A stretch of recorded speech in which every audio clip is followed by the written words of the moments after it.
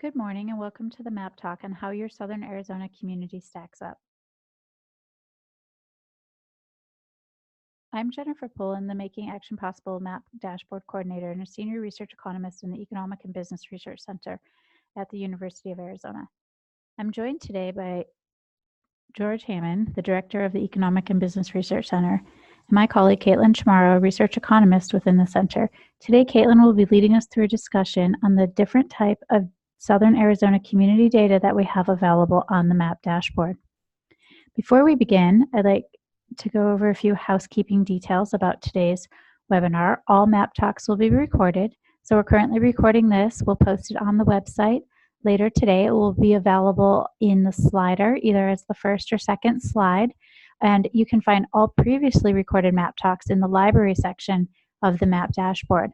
We'll also be in conference mode, meaning everyone will be muted except for the presenter. We'll unmute everyone at the end so that you are able to ask questions. You also are welcome to email me questions at any time at jknipe@email.arizona.edu. I'd like to thank the MAP sponsors and partners. Our community sponsors include the Thomas R. Brown Foundation, Tucson Electric Power, and the Freeport-McMoran Foundation. Our partners include the Community Foundation for Southern Arizona, Pima Association of Governments, the Southern Arizona Leadership Council, Sun Corridor, and the University of Arizona. The Community Foundation represents the nonprofit community, while PAG represents local regional government. Southern Arizona Leadership Council represents the business community, and Sun Corridor is the local economic development group. I'd also like to acknowledge our media sponsor, the Arizona Daily Star. The Arizona Daily Star publishes 2 map features each month on their paper. On the last Sunday of each month, you can find a business-related feature on the front page of the business section. And on the first Monday of each month, you can find a health-related feature on the front page of the health section. So be sure to check those out. We also are co-sponsoring an upcoming event with the Arizona Daily Star called the Future of Work. The Future of Work event will include leading industry and education experts to discuss the automated workplace. Our very own George Hammond will be a guest speaker at the event. Don't miss out. Seats are limited, so register early. We have a link to the registration posted on the MAP homepage, and you're always welcome to email me or George for further information. So we're here today to talk about our Southern Arizona communities and several future articles that have been written with information about these Southern Arizona communities. I wanted to mention that we also write other feature articles throughout the year. We publish 2 feature articles each month on the MAP dashboard. Here's an example of the different types of articles that we've recently had, such as affordability for homeowners and for renters, how local organizations use the MAP dashboard.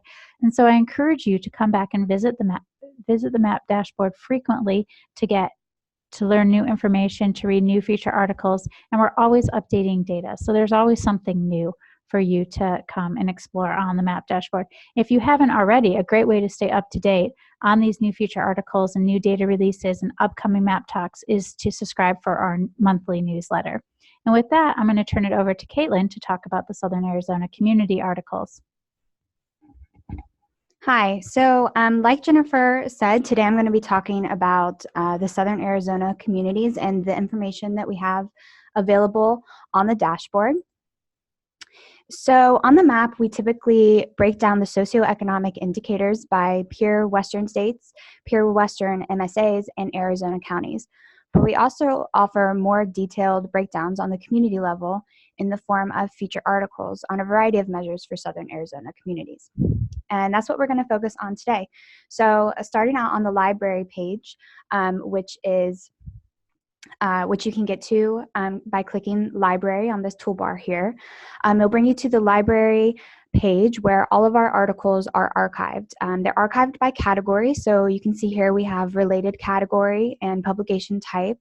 Under the related categories, we have some of our indicator categories. Well, we have all of them, but some of them are economy, education, and so on. And then we also have things like community spotlights, map talks, map white papers, and Southern Arizona communities.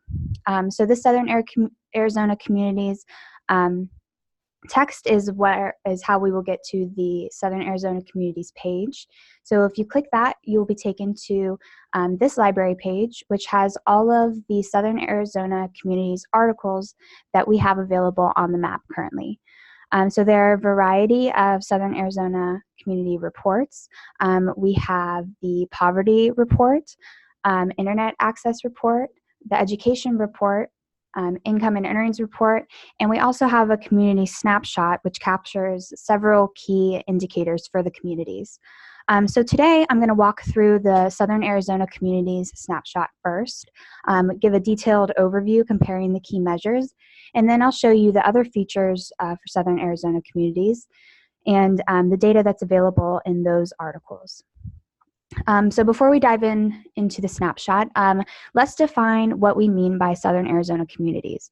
So these are 41 of the largest cities, towns, census designated places, or CDPs, within select Southern Arizona counties. So these counties are Cochise, Pima, Pinal, Greenlee, Graham, Santa Cruz, and Yuma. And then within those 41 communities, we also include 3 New Mexico communities, which are Bayard, Hurley, and Silver City. And we include these due to the importance of mining in Greenlee County. There's also a great map article that outlines how the U.S. Census Bureau, which is where we get our data for these articles, how the Census Bureau defines these communities, and other census designated places, cities, and towns. And I'll show you that quickly. So it's under feature articles, but it is a recent article, so it shows up just right on the library page, and it's the Geography Primer for Southern Arizona. So this article was written by my colleague Valerie Rice, and it's a great resource if you want to learn more about what those community definitions are. So let's get into the snapshot. So first we have the population and median age, and we have this in a table. We have all the communities listed in alphabetical order, and we also include Arizona and the United States in this table. So we can see, if we scroll down a bit, that the city of Tucson had by far the largest population in 2017 at about 531,000 residents. This was like I said, by far the largest community that we have in the snapshot. The closest community to it was Yuma, which had a population of 94,000. I also want to point out that this is the city of Tucson and not the Tucson Metropolitan Statistical Area, or Tucson MSA. The Tucson MSA includes a lot of these communities. So this population is much bigger. And so this is the city of Tucson and not the Tucson MSA. Again, you can check out the Geography Primer article if you want more information about geographical definitions. The lowest population was posted by Duncan at 739, and then Morenci followed with a population of about 1,700 residents. Taking a look at median age, the ages varied widely among the communities. The city of Somerton posted the lowest at 27.5, and the Green Valley CDP posted the highest at 72.4. So Green Valley is a retirement community, so it's unique, and we'll see where Green Valley is unique in other instances as we make our way through the snapshot and through some of the other articles. For instance, when we get to income and age, we'll see, or income and poverty rate, we will see a lot of those differences. So scrolling down, we have a graph for poverty rate. Like almost all of the graphs on the map dashboard, this graph is interactive, so you can click on and off the geographies that you would like to compare, and this allows you to quickly and easily compare geographies. We also have some of the geographies highlighted here already. And like, for instance, the US had a poverty rate of 14.6, while Arizona had a poverty rate of 17% in 2017. In terms of communities, the Tonka Verde CDP had the lowest poverty rate at 5.1, and the city of South Tucson posted the highest poverty rate at 46.2%. The Ajo CDP was the second highest poverty rate at 32.8%. So that's approximately 13 percentage points lower, so significantly lower than South Tucson, even though it is the second highest poverty rate. So if we scroll down, we have information on the median household income of these Southern Arizona communities. The Tanque Verde CDP posted the highest median household income at $94,167,000, and the city of South Tucson posted the lowest at about $21,000. As we saw earlier in the poverty rate article, the Tanque Verde CDP also posted the lowest poverty rate. There's often a correlation between poverty rate and income. So as income rises, poverty rate tends to decrease, and this is the case for Tanque Verde, where it posted the lowest poverty rate and the highest median household income. The city of South Tucson followed this rate as well, or this pattern as well, with a low median household income and a high poverty rate. I want to point out Green Valley here because Green Valley doesn't follow the same inverse income and poverty correlation.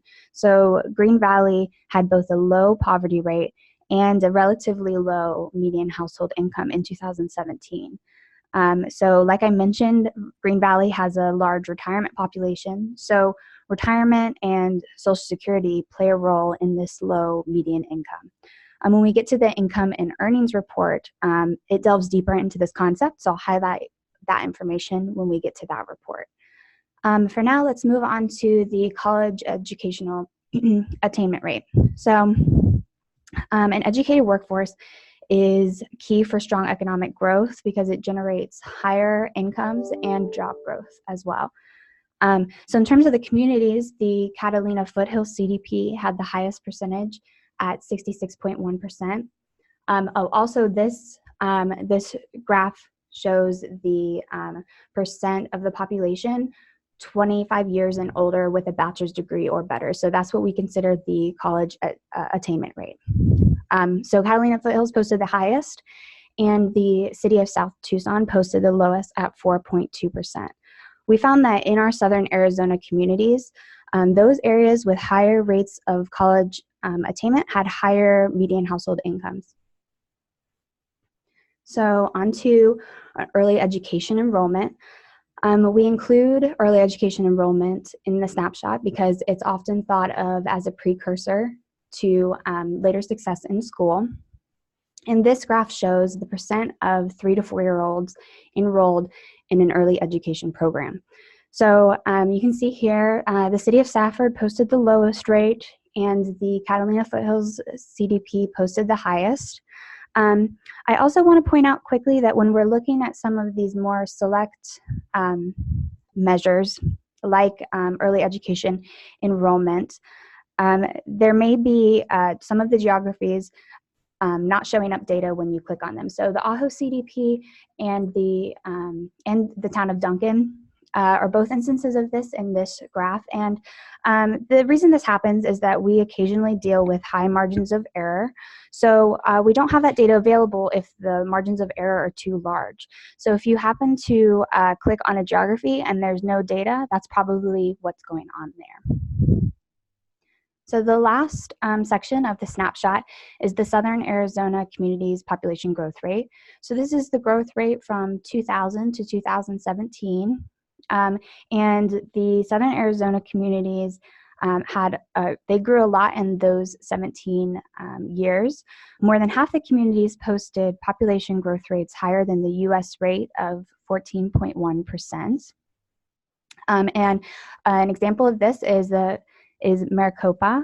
It grew by far the most with an incredible growth rate of 4,346.9%. And we suppress it in this chart because it just makes all of the other growth rates look very tiny. And in fact, there were a lot of other communities that grew a lot as well. So we just have it suppressed so that you can see the other figures. So a lot of other communities grew a lot. Vail grew by 372.4%, and then Marana had a lot of growth. Casa Grande, San Luis, and Somerton also more than doubled their populations. And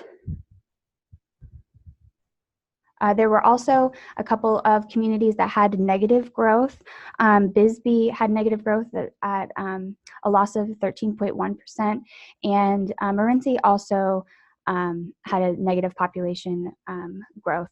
But Morenci is also a mining town, so this loss is likely due to decreases in mining employment. So there's an overview of the snapshot and some of the key trends that we find in the snapshot. We update this article every year when the new data is available from the US Census Bureau. So we'll be updating this snapshot again early next year with 2018 data. We also take down the previous year's snapshot because the data overlaps. We typically treat the other Southern Arizona communities articles this same way, replacing the old with the new. So let's move on to the other 4 Southern Arizona communities articles that we have available on the map. The next one I'm going to talk about is the income and earnings report. So just like the snapshot, the income and earnings report has information about median household income, just in a slightly different format with the top ranking Southern Arizona communities and then the bottom ranking communities. So if we scroll down, we also have information on the income distribution for households, and then the percent of households with earnings. So this percent of households with earnings is a different concept than income. Earnings are wages and net income from self-employment, while income is a much broader measure and includes earnings plus things like Social Security and transfer receipts and so on. So you can click into these again and compare your community and see how it stacks up to the others. As we scroll down, you can see we have information on the percent of households receiving Social Security, and we also have the percent of households receiving retirement income. So I'm going to point out Green Valley here. You can see it has much higher percentage receiving Social Security and a much higher percentage receiving retirement income, and that is due. That makes sense because it does have a large retirement population. So Social Security and retirement income flow to older residents, so that is what is happening there. And then the last 2 graphs that we have in this report are the percent of households receiving supplemental security income and the percent of households receiving SNAP assistance. So again, you can go through and click on and off the geographies to get the data that you want and see how your community stacks up in terms of these measures. So we have 3 more Southern Arizona articles to talk about. The next one is the education report. Just like the snapshot, we have the percent of population 25 years and older with a bachelor's degree or better. Educational attainment is very important for growth in a region. Higher educated areas tend to perform better in terms of poverty, unemployment, and even crime rates. And there's also a spillover effect to less educated residents as well, because they tend to earn higher wages in regions with a larger concentration of college grads. So you can click this bit of text here, and it will take you to an article written by EBRC Director George Hammond, and it explores that topic in depth, so you can learn more about that there. Moving on down the education report, we have educational attainment by level, and this shows the share of educational attainment by level for each of the Southern Arizona communities. So you can click on and off these education levels so you can see which education level that you are interested in, and we have this information for all of the communities. Scrolling down, we have the percent of population with a bachelor's degree or better by age. And then we also have poverty rate by level of education for those 25 years and older. So we find that those with a bachelor's degree or better are less likely to live in poverty, and that's illustrated very clearly here. As you can see, as the level of educational attainment increases, the poverty rate declines. So the last section of the education snapshot is college educational attainment by ethnicity. So you can explore Hispanic or Latino rates, and then white and non-Hispanic. Okay, let's move on to the Internet Access Report. So we know that internet is a fundamental part of our society. So it's important to take a look at internet availability in Southern Arizona communities. So this article focuses on internet access based on types of computing devices and income, and it also breaks down these communities into urban and non-urban communities so that we can take a look at how infrastructure might affect internet access. We know that non-urban areas tend to have a tougher time getting reliable and high-speed internet due to infrastructure and the expense involved to lay down the infrastructure for high-speed internet. So we start out the report with the percent of households with an internet subscription. So this is all types of internet, including dial-up, broadband, and cellular plans. And we have them broken down into urban communities and non-urban communities. We categorize urban and non-urban communities based on the 2010 census urbanized area boundaries for Arizona. We also take into consideration proximity to boundaries and the populations of the communities to break these out into urban and non-urban. And if we scroll down, we have the urban communities, and then we have median household income, and then the non-urban communities. We include median household income in the middle here so we can see how income might correlate with internet access. We found that non-urban communities tended to have lower percentages of internet access, but the higher median household incomes tended to offset that in a couple of instances. So if you scroll down a little bit further, you can see the breakdown of percent of households with broadband by income, and you can explore that income breakdown. And then next, we have percent of households with one or more computing devices, and we also have percent of households with smartphone only. So these provide insight into the level of internet access into a community, and you can explore these and see how your community stacks up in these measures. So the last Southern Arizona Communities Report is the poverty report, and it starts off with the poverty rate for all of the communities. And if you scroll down, we have the poverty rate broken down in a variety of different ways. We have poverty rate for children, poverty rate by gender, and poverty rate by ethnicity. So here you can explore the poverty rate for white, non-Hispanic or Latinos, and Hispanic or Latinos. After that, we have poverty rate by family type. So this is broken out into all families, married couples, and single mothers. And as you can see, just by looking at it, the single mothers category tends to have a higher poverty rate than the other two categories. And you can click on and off of these geographies and see that this is most always the case.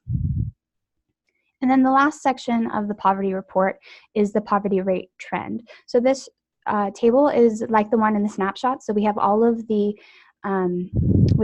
communities in alphabetical order, and we also include the state of Arizona and the United States at the bottom here.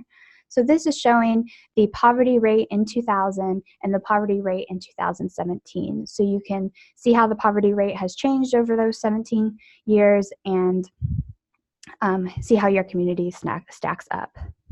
So that concludes all of the Southern Arizona Communities articles that we have on the map currently. We wanted to give you an overview of some of the key trends in Southern Arizona communities and highlight the reports that we have available on the map. So we have time for questions now, if anyone has any.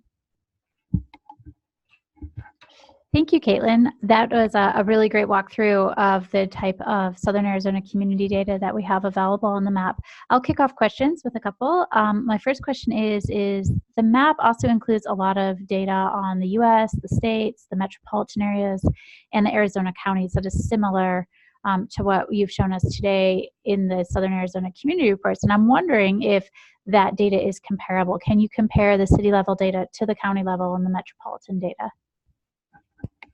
Yeah, so for these core indicators, they all use the American Community Survey from the US Census, and they're all 5-year estimates. So you can compare all of them as long as they're from the same year. Great, thank you. So you can compare educational attainment on the core educational attainment indicator for the Tucson metropolitan area to the city of Tucson. Yes, exactly. Great. I have one more question about when the new data will come out. So you mentioned that we will replace these new reports, these old reports with the new data. So I'm wondering kind of what is your timeline for the new snapshot data and then the new reports? Yeah, so we update all of the new Southern Arizona community reports with the new data when it comes out from the census. So the snapshot will be updated early next year in probably late January. And then the other reports we update throughout the year. So when we have the time availability, we will get those up on the website as well. So we always replace those with the newest data that we have available. Great, thanks. So look for that new snapshot data in mid to late January. Great. So thank you for attending today's Map Talk. And if you have any questions about the data or information on the map dashboard, please feel free to either email myself or Caitlin.